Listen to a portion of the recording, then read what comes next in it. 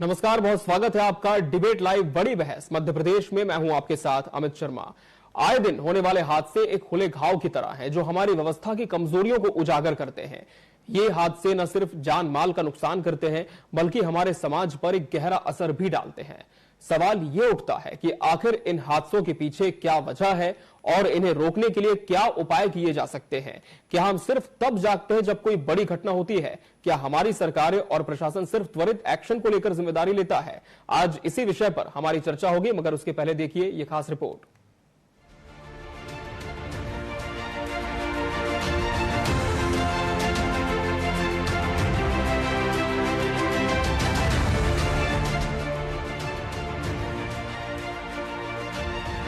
मध्य प्रदेश में पिछले 3 महीने में हुई बड़ी संख्या में दुर्घटनाओं ने एक गंभीर चिंता पैदा कर दी है।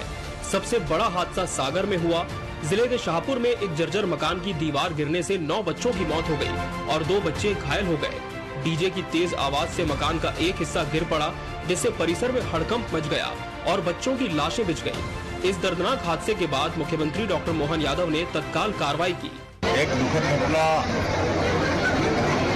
सागर जिले में हुई है। जो घटना घटी है इस संबंध में पहले तो राहत के सारे प्रबंधन करें और उम्मीद करेंगे कि ये जो निजी भवन इस प्रकार की जो खतरनाक होते हैं इनके संबंध में सरकार तुरंत पूरे प्रदेश के लिए एक बार फिर कार्रवाई कराने की बात करेगी, जिसके आधार पर इस घटनाओं को रोका जा सके। इन हादसों ने सुरक्षा के मुद्दे पर गंभीर सवाल खड़े कर दिए हैं। स्पष्ट है कि हमें सुरक्षा को लेकर और सजग होने की जरूरत है। सरकार को इस मामले पर तुरंत ध्यान देना चाहिए। जनता को भी सुरक्षा के नियमों का पालन करना चाहिए। केवल मिलकर काम करने से ही हम इन हादसों को रोक सकते हैं। सुरक्षा हम सभी की जिम्मेदारी है। हमें सुरक्षित मध्य प्रदेश बनाने के लिए प्रतिबद्ध होना होगा। हालांकि विपक्ष का नजरिया कुछ अलग है। विपक्ष ने इसके लिए सीधे तौर पर सरकार को जिम्मेदार माना है। जो रीवा की घटना हुई, रीवा की घटना बच्चों की हत्या है। ये घटना दुर्घटना नहीं है, ये इन बच्चों की सरकारी हत्या है, इस सरकार द्वारा की गई। ऐसे ही सागर में बच्चों का जो दुर्घटना हुई, ये प्रशासन की लापरवाही का इससे बड़ा उदाहरण क्या हो सकता है। एक तरफ आप इवेंट करते हो, मीडिया और अखबारों की हेडिंग बनाते हो, विज्ञापन देते हो, और दूसरी तरफ बच्चों की हत्याएं सरकारी तंत्र द्वारा होती है। इसका दोषी कौन है? सरकार का तर्क है कि देश में होने वाले हादसे अक्सर अप्रत्याशित होते हैं और इन्हें पूरी तरह से रोका जाना मुश्किल है। प्राकृतिक आपदाएं, मानवीय त्रुटियां और अन्य अज्ञात कारणों से ये हादसे घटित होते रहते हैं। सरकार का मानना है कि वो इन हादसों के बाद तत्परता से राहत और बचाव कार्य करती है और प्रभावित लोगों को हर संभव मदद पहुँचाती है। सरकार, जनता और सभी हितधारकों को मिलकर काम करके ही इन हादसों को रोका जा सकता है। Bureau report, TV 24 news. हादसे, एक्शन और रिएक्शन, आज इसी विषय पर हमारी चर्चा होगी और इसके लिए हमारे साथ खास गेस्ट जुड़ चुके हैं। हमारे साथ बीजेपी प्रवक्ता घनश्याम पेरुनिया जी जुड़े। घनश्याम जी, बहुत स्वागत है आपका इस चर्चा में। कांग्रेस के पूर्व विधायक रविंद्र सिंह तोमर जी प्रतिपक्ष का पक्ष रखेंगे। रविंद्र जी, आपका भी बहुत बहुत स्वागत है। सामाजिक कार्यकर्ता अभय दुबे जी भी हमारे साथ इस चर्चा में जुड़े हैं। अभय जी, आपका भी बहुत बहुत स्वागत है। घनश्याम जी, हादसे होना बेहद दुखद है और उसके बाद जिस तरह की तस्वीर आई है वो काफी दुर्दम्य है।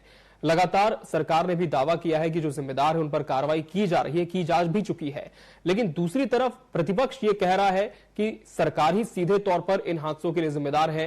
किस तरह से इन आरोपों को आप देखते हैं और क्या कदम सरकार के अब हैं? जी घनश्याम जी।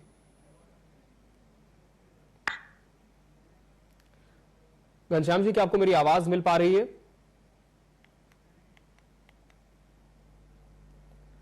घनश्याम जी, क्या आप मुझे सुन पा रही हैं? आवाज जी, आपसे फिर से संपर्क करने की कोशिश करते हैं। पूर्व विधायक रविंद्र जी का हम रुख कर लेते हैं। रविंद्र जी, सरकार का दावा है कि जहां पर कार्रवाई की जरूरत थी हमने वो कार्रवाई की है, लेकिन विपक्ष इन पूरे हादसों पर राजनीति कर रहा है। राजनीति जी जी रविंद्र जी।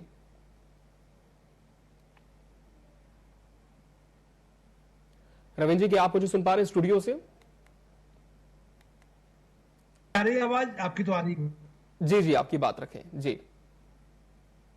मेरा कहना यह है कि कोई ये राजनीति जैसी कोई बात नहीं है जिसमें हम राजनीति कर रही, हमारी पार्टी राजनीति कर रही जी।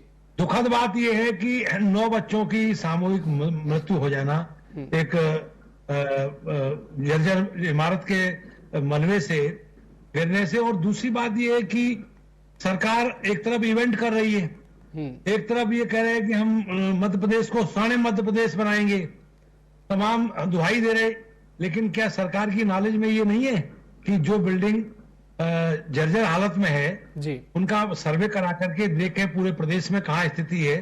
तो ये जिनके बच्चे मौत के गाल में चले गए, उनके माता पिता और परिवार वालों पे क्या गुजर रही होगी, इसका एहसास करने की आवश्यकता है। इसमें राजनीति का विषय नहीं है, विषय ये है कि सरकार की लापरवाही इससे सिद्ध हो जाती है कि सरकार पूरी तरह लापरवाह है, ये भ्रष्टाचार में पूरी तरह से लिप्त हैं, उसी में लगे हुए हैं। सच्चाई ये है कि केवल लोगों से, बातों से केवल लोग है जी, तब सक्रियता लाने से उन बच्चों को तो वापस नहीं ला सकते। क्या उन माता पिता को उनके बच्चे वापस दिए जा सकते जी? तो वापस सिर्फ इस बात का है कि हमारी बात को अपनी भावना से जोड़ो और विचार करो कि क्या ये सरकार की लापरवाही नहीं है, इसमें 9 बच्चों की मौत हो गई। जी, निश्चित तौर पर एक जान का भी आकस्मिक जाना बेहद दुखद होता है। और घनश्याम जी, क्या मानते हैं कि सरकार की लापरवाही थी, जैसा कि विपक्ष कह रहा है, इसी वजह से इतनी बड़ी घटना घटी? देखिए, विपक्ष का काम तो आरोप लगाने का है। रविंद्र जी अभी कह रहे थे जी, और वास्तव में ये सही है कि अगर कई इस प्रकार की दुखद घटना होती है तो सबको दुख होता है, लेकिन कोई जानबूझ करके इस प्रकार का आरोप लगाना कि साहब सरकार लापरवाह है। और आप देखेंगे कि अगर कोई इसके लिए दोषी है जी, तो उसके लिए सरकार ने कार्रवाई करी। हमने वहां सागर के कलेक्टर को, एसपी को, संबंधित अधिकारी जो भी थे जी, नगर परिषद के, नगर पालिका के, या जो सबके खिलाफ कार्रवाई की है। और अगर इस प्रकार की दुखद घटना भी हुई है तो उन पीड़ित परिवारों को जो भी शासन की सहायता रहती है जी, वो भी हमने देने का काम वहां किया है। लेकिन इसका मतलब ये नहीं है कि हम केवल लाभ देना चाहते हैं। कुल मिलाकर के इस प्रकार की घटनाओं की पुनरावृत्ति न हो जी, इस प्रकार के जो हादसे होते हैं उन पर कहीं ना कहीं विराम लगे। और उस हेतु शासन प्रशासन तो काम करता ही है जी, लेकिन आम नागरिकों को भी, जनमानस को भी और सबल और सचेत रहने की आवश्यकता है, सजग रहने की आवश्यकता है।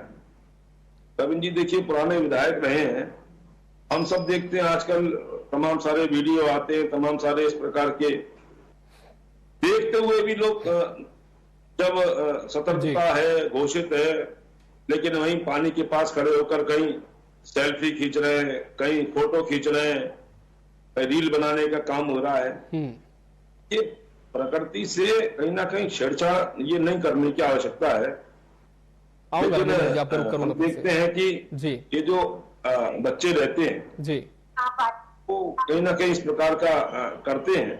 चलिए, तो कहीं ना कहीं कुछ लोगों की भी गलती होती है जिस वजह से हादसे होते हैं। रविंद्र जी आपकी बात रखें, फिर हम अभय जी का रुख करेंगे। जी नहीं, मैं इस में बात कर रहा था जी, जो घनश्याम जी कह रहे थे, इसमें सेल्फी एक अलग विषय है। वो घटना अलग है। सामूहिक 9 लोगों की 9 बच्चे, उन 9 जो माता पिता हैं, जो माँ 9 महीने अपने बच्चे को पालती है अपने गर्भ में और फिर उसका पालन पोषण करती है, उसके हृदय से पूछा जाए, पिता से पूछा जाए, परिवार से पूछा जाए और स्वयं अपनी भावना से विचार करो कि वो बच्चे हमारे भी हैं। तो बात सिर्फ इतनी सी है कि क्या पहले से जो जर्जर बिल्डिंग है, जो खराब है, रविंद्र जी जिस घटना का उन्होंने जिक्र किया है, सेल्फी वाली घटना, वो दूसरी घटना है। और उनका कहना यह है कि जो सीधी वाली घटना है वहां पर तो कार्रवाई की है, जो जिम्मेदार थे उन्हें हटा दिया गया है, लेकिन ये कार्रवाई क्या उचित मानते हैं आप रविंद्र जी? कार्रवाई कर दी, अच्छी बात है, लेकिन ये कार्रवाई से बेहतर ये है कि मैं फिर एक बार कह रहा हूं कि ऐसी घटनाएं अक्सर सरकार की लापरवाही से ही होती हैं कि जो इमारतें जर्जर हालत में हैं, क्या जिस तरह से बाकी काम होते हैं तो इस काम पे भी फोकस करना चाहिए। ताकि आगे कोई घटना की पुनरावृत्ति ना हो, दोबारा कोई माँ बाप इस कष्ट में ना जूझे। बिल्कुल। अजय जी का हम रुख कर लेते हैं। अजय जी, दोनों ही पक्षों को आपने सुना है। सरकार कह रही है कि जहां पर जरूरी था हमने कार्रवाई की है, लेकिन कांग्रेस के भी आरोप अपनी जगह सही है कि पहले ही इतनी तैयारी की जानी चाहिए कि इस तरह की घटनाएं ना हो। जिम्मेदारी किसकी मानी जाए और जो एक्शन लिया गया है क्या वो पर्याप्त है? नमस्कार विकास जी। जी, अमित शर्मा नाम है मेरा। जी अजय जी, मेरा मानना है कि कांग्रेस से विधायक से ऐसा कोई राजनीतिक तो कोई चाहता नहीं है कि किसी भी प्रकार से कोई मानव जीवन को क्षति पहुंचे। जी, यहाँ पे केवल एक सामान्य सी बात है कि हमारे जो शासन प्रशासन के जिम्मेदार हैं वो ये जानते हैं कि मानसून आने वाला है और मानसून के पहले की जो व्यवस्था होती है उसमें जो होमगार्ड्स के साथ जिला प्रशासन बैठक करता है। प्रशासनिक व्यवस्थाओं में नगर निगम, नगर पालिका उन भवन को चिन्हित करती है जो खतरनाक हैं।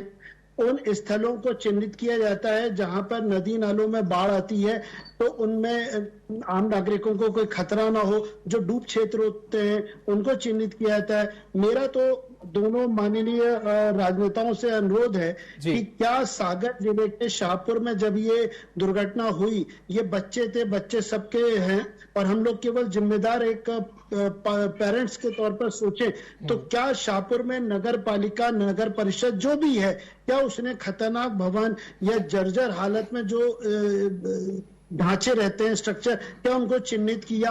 हमको सबको पता है कि सावन सोमवार में शिव जी की पूजा के लिए मंदिरों में भीड़ होती है, तो क्या लोकल जिला प्रशासन क्या उस जगह को आइडेंटिफाई करने में सफल रहा जहां ये दुर्घटना हुई?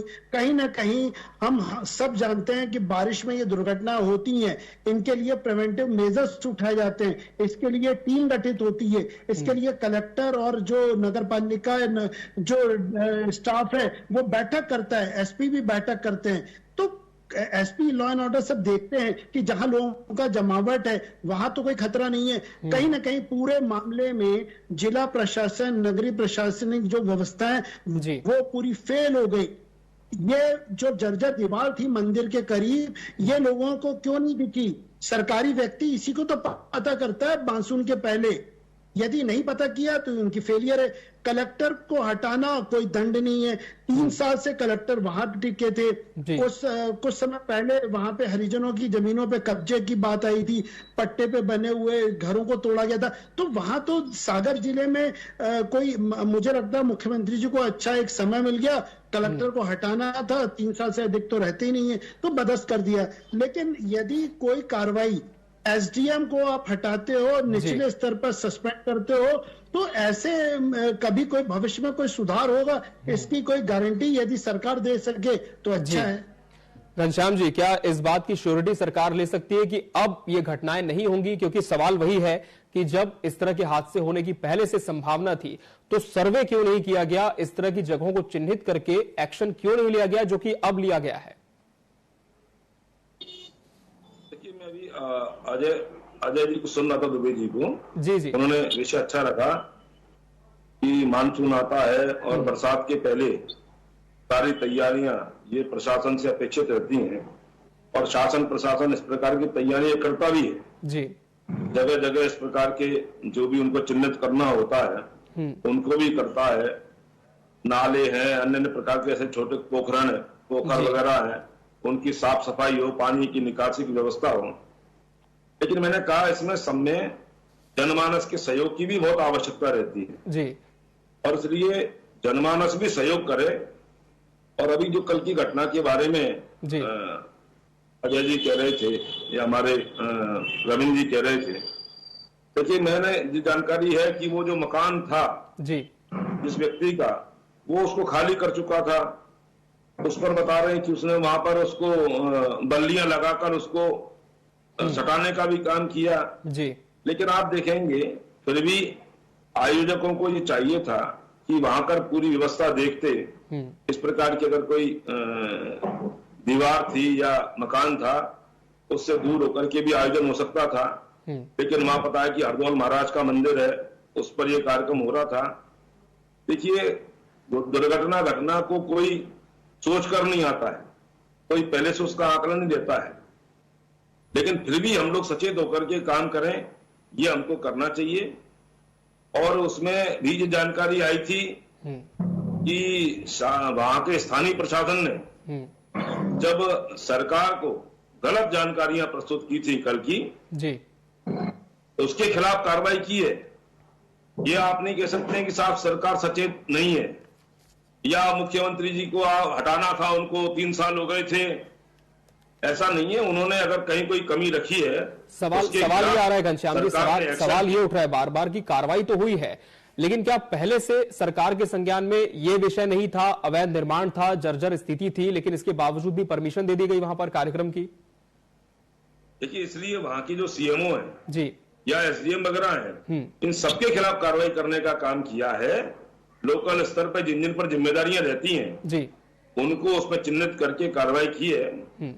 और आप निश्चिंत रहें, इस प्रकार की पुनरावृत्ति ना हो घटनाओं का और दोबारा से ना हो, इसलिए माननीय मुख्यमंत्री जी ने जी पूरे प्रदेश के हमारे कलेक्टर, नगर निगम के कमिश्नर, नगर पालिका के हमारे सीएमओ या जो इस प्रकार के व्यवस्था में रहते हैं, पुलिस प्रशासन के लोगों को भी जी चिट्ठी जारी करके सरकार ने कहा है कि आगे से इस प्रकार की घटनाएं पुनरावृत्ति ना हो। चलिए, तो घटनाओं की पुनरावृत्ति ना हो इसके लिए सरकार ने कदम उठाए, घनश्याम जी कह रहे हैं। लेकिन रविंद्र जी, सरकार का यह कहना कि जो लोकल बॉडीज थी उन पर हमने कार्रवाई कर दी, जनमानस को सचेत रहने की सलाह दे रहे हैं घनश्याम जी। निश्चित तौर पर जहां पर इस तरह की घटनाएं होती वहां सचेत होना भी चाहिए, लेकिन क्या आप मानते हैं कि मध्य प्रदेश की जनता को और भी ज्यादा सचेत रहना चाहिए रविंद्र जी, की जहां पर अवैध इमारतें हैं, अवैध निर्माण है, उसके नीचे खड़े हो जाएं और कोई हादसा हो जाए? देखिए वो जी मैं आपसे शर्मा जी एक चीज कहना चाहता हूं कि सरकार का काम है राज्य को गवर्न करना, वहां की जनता को सरकार का काम है सजग करना। ये बात ठीक है, स्वयं जिम्मेदार है। हम लोग व्यवहारिक जीवन में रहते हैं, गांव गली में रहते हैं जी, तो सावधानी तो स्वाभाविक बरतते हैं कि रात में जा रहे हैं तो कहीं कुआं होगा उसमें गिर नहीं जाए, कहीं कोई घटनाक्रम हो तो उससे बचाव जितना हो सकता है करते हैं। लेकिन मैं आपसे वही कह रहा हूं ना रविंद्र जी, मैं वही तो कह रहा हूं आपसे कि क्या अब इसलिए भी हमें सचेत होना चाहिए कि जहां पर जर्जर इमारतें हैं वहां पर ना जाएं, वरना कभी भी इमारत गिर सकती है, क्योंकि कार्रवाई तो देखिए बाद में होगी, आप भी जान रहे हैं। जर्जर इमारतों से बचते हैं, ऐसा नहीं है कि हम लोग गांव और शहर दोनों जगह बिलोंग करते हैं तो वो सारी चीजें ध्यान रखते हैं। कई बार क्या होता है कि जब कोई कार्यक्रम हो रहा है, ये सरकार की जिम्मेवारी है कि जर्जर इमारतों को पूरा उनका सर्वे करा करके उस पर पूरा सजगता, बरसात के टाइम में खास तौर से केवल कार्रवाई कर देने से वो न जाने वापस नहीं आ सकती। बिल्कुल, अब उनके माता पिता को धैर्य नहीं बनाया जा सकता है, वो एक फॉर्मल प्रक्रिया है। और रहा सवाल इसका कि अगर इसकी गंभीरता रखी जाए तो आगे घटनाएं नहीं होंगी, ये भी सत्य है। लेकिन बात यह है कि अभी केवल जुमा ये 4-5 दिन चलेगा, इसके बाद फिर वही बात ढाक के 3 पात होंगी। तो इस तरह से गंभीरता से जब तक विचार नहीं किया जाएगा और इच्छा शक्ति से काम नहीं किया जाएगा तो ये घटनाओं को रोकना सरकार के बस में नहीं है, मुझे ऐसा लगता है। इसलिए सरकार की लापरवाही की बात मैं कहता हूं। अजय जी का हम रुख कर लेते हैं। अजय जी, जिस तरह से घनश्याम जी ने कहा कि कार्रवाई तो हुई है, जितनी भी लोकल बॉडीज थे तत्काल एक्शन लिया गया है, लेकिन क्या आप मानते हैं कि सिर्फ ये प्रशासन का ही काम था और इसलिए उन पर कार्रवाई हुई? क्या अब ये नहीं देखा जाना चाहिए अजय जी, कितनी बड़ी घटना हो गई तो पूरे मध्य प्रदेश में जहां पर एंक्रोचमेंट है, जर्जर इमारतें हैं, उनका भी एक सर्वे किया जाए, एक सिस्टम तैयार किया जाए ताकि एक पहले से ही अलार्म रहे कि भाई यहां पर यह घटना हो सकती है। क्या कदम अब उठाए जाने चाहिए, आप देखते हैं? देखिए, माननीय घनश्याम जी का ये कहना है कि जनमानस को चिंतित होना चाहिए और सचेत होना चाहिए। मेरा कहना है कि निश्चित तौर पर सही है, लेकिन सावन में शिवजी के मंदिर पे वो लोग शिवलिंग बना रहे थे, तो ये एक संवेदनशील विषय वस्तु है। इस पर क्या पुलिस का जो मुखबिर तंत्र या पुलिस जो त्योहार सावन में पुलिस एक्टिव हो जाती है, जब भी कोई त्योहार आता है सारे जगह पे इंटेलिजेंस और सब एक्टिव रहते हैं। क्या पुलिस की ये फेलियर नहीं है कि 9 बच्चे जो अकाल मृत्यु का शिकार हो गए, जहां पर ये मंदिर में काम कर रहे थे, वहां जनहानि को कोई भी संकट हो, कुछ समस्या हो जनता को, क्या ये पुलिस का इंटेलिजेंस फेलियर नहीं है? आप अवलोकन करिए कि प्रशासन का काम क्या है। यदि कहीं जनता लापरवाह है, जनता यदि तेज रफ्तार में गाड़ी चलाती है तो आपकी ट्रैफिक पुलिस खड़ी हुई है, यदि कहीं कोई कानून टूटता है तो वो अमला खड़ा हुआ है। यहां पर यदि कानून टूट रहा था तो तंत्र कहां था। ये जो अधिकारियों को हटाना होता है ये कार्रवाई नहीं होती है। ये तो ट्रांसफर हो गया, जिनके बच्चे चले गए, जो 9 बच्चे शिकार हुए, पूरा आप सोचिए घनश्याम जी कि भारतवर्ष के प्रधानमंत्री को ट्वीट करके संवेदना व्यक्त करनी पड़ी इतने बड़े मामले में, इतना बड़ा हादसा जो हुआ, और जिस घर पे ये वज्रपात हुआ, क्या हम उसको ये कहें कि आपको सचेत रहना था और अधिकारियों का ट्रांसफर हो गया? ऐसा नहीं है। ये लोकतंत्र है। अधिकारी जो नौकरी करता है उसकी जवाबदेही होती है।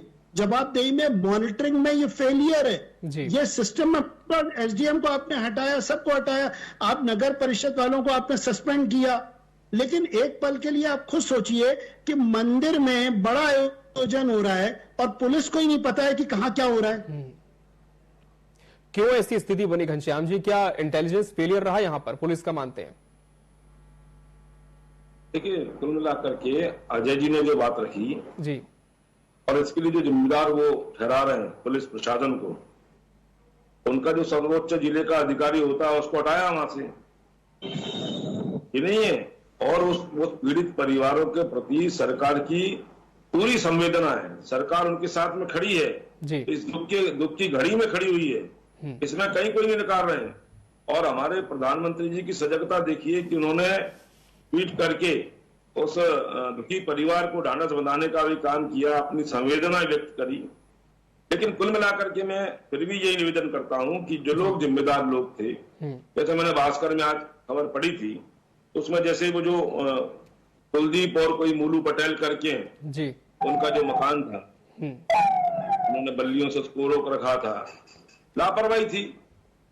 अब इसमें उन्होंने सूचना करी कि नहीं, और नगर परिषद ने उनको नोटिस दिया था कि नहीं दिया था, इस हेतु कार्रवाई करी है सरकार ने, शासन ने। दूसरा, वो जो वहां पर शिव और वो संजू पटेल है जी, जो आयोजक लोग थे, उन्होंने भी जो स्थान जहां था उनको दिखा होगा शायद ये दीवार और जर्जर है, क्या है। तो इस प्रकार की जो लापरवाही है तो सचेत रहना चाहिए। और आजकल तो किसी भी आयोजन को करने से पहले एसडीएम को और संबंधित वहां का हमारा जो स्थानीय प्रशासन है उनको सूचना देने की परिपाटी है। सूचना दी होगी उन्होंने, नहीं दी होगी तो उन पर कार्रवाई होगी। लेकिन अगर सूचना होने के बाद में कोई कार्रवाई नहीं की है जी, तो वहां पर जो सीएमओ है, नगर परिषद के, नगर पालिका के जो अधिकारी हैं जी, उनके खिलाफ भी कार्रवाई की है। वहां के जो इंजीनियर है, अभियंत्री वीर विक्रम सिंह, उन पर भी कार्रवाई की है। और जो सीएमओ है धनंजय गुमास्ता जी, उनको भी निलंबित किया है। चलिए, तो कार्रवाई हुई है, निलंबन हुआ है, लेकिन रविंद्र जी क्या काफी मानते हैं, क्या कदम और उठाए जाने चाहिए थे जो नहीं हो पाए? बहुत सीधी सी बात है जी, ये सिस्टम पूरा फेल्यूर है। फेल्यूर ये सरकार की लापरवाही की वजह से है। मैं इसलिए ये बात बार बार कह रहा हूं कि जब बरसात का समय आया तो उसके बाद जो है तमाम सारी व्यवस्थाएं सरकार को और प्रशासन को बनानी पड़ती हैं। कहीं नदी नालों में बाढ़ आ रही है तो कहीं बिल्डिंग खराब हो रही है तो उसकी समीक्षा। रहा सवाल एसडीएम को, सीएमओ को, इन सब पे कार्रवाई हो गई। क्या ये उनकी जवाबदेही नहीं है कि जहां कार्यक्रम हो रहा था उसकी अनुमति, उस बिल्डिंग की जर्जर हालत देख करके उस समय अनुमति देनी नहीं चाहिए? वहां ध्यान देना चाहिए कि वहां इतना क्राउड इकट्ठा हो रहा, लोग इकट्ठे होंगे, धार्मिक आस्था है उनकी, तो क्यों ना उस जगह को पहले से इंटेलिजेंस के माध्यम से, खुफिया तंत्र के माध्यम से उसकी पूरी जांच पड़ताल होनी चाहिए। ये सीधी सीधी लापरवाही सिद्ध होती है कि पूरा खुफिया तंत्र, इंटेलिजेंस फेल है, क्योंकि कहीं ना कहीं पुलिस प्रशासन की का जो सिस्टम है उनका एक अलग अलग डिपार्टमेंट बने हुए कि भाई आपका ये काम है, आपका ये काम है। तो जो जिस प्रकार से हादसा हुआ है, 9 जाने असामयिक मौत के गाल में समा गई, मासूम बच्चों की मौत हो गई, तो क्या ये जिम्मेदारी इसकी कौन ले रहा है?